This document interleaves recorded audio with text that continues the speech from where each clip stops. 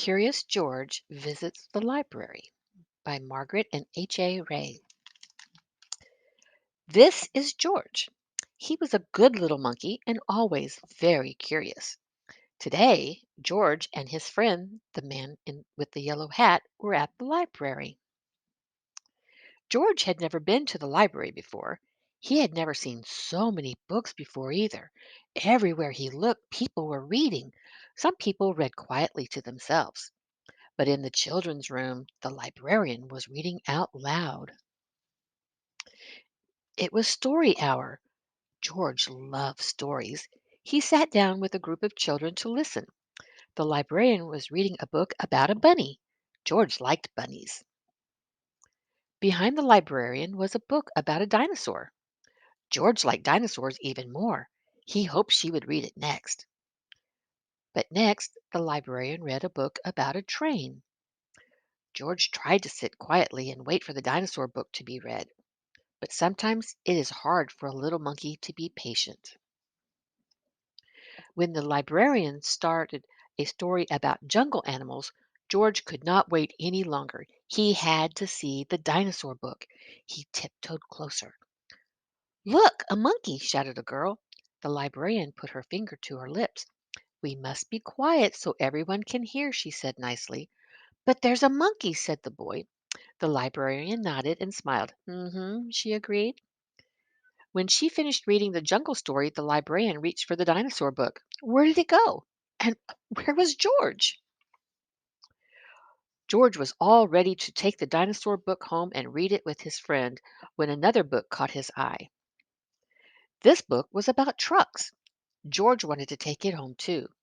And here was a book about elephants. George loved elephants. He added it to his pile. George found so many good books he soon had more than he could carry. He leaned against a shelf to rest. Squeak went the shelf. Shh, said a man. Squeak went the shelf again, and it moved. Why, it wasn't really a shelf after all. George had found a special cart for carrying books.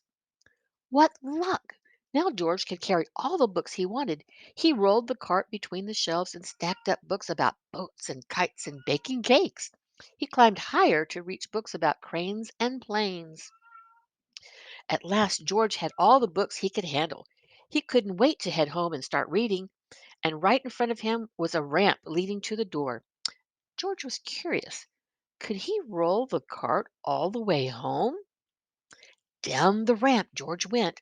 The cart rolled faster and faster. Stop! A library volunteer shouted. Come back here with my cart. But George was too excited to listen. The cart was picking up speed and George was having fun. Until crash! George and the cart ran smack into a shelf of encyclopedias. Books flew up in the air and so did George.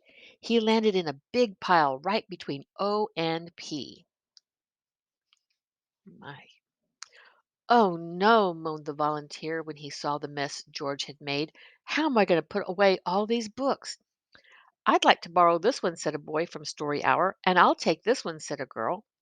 With help from George and the children, the books were sorted in no time.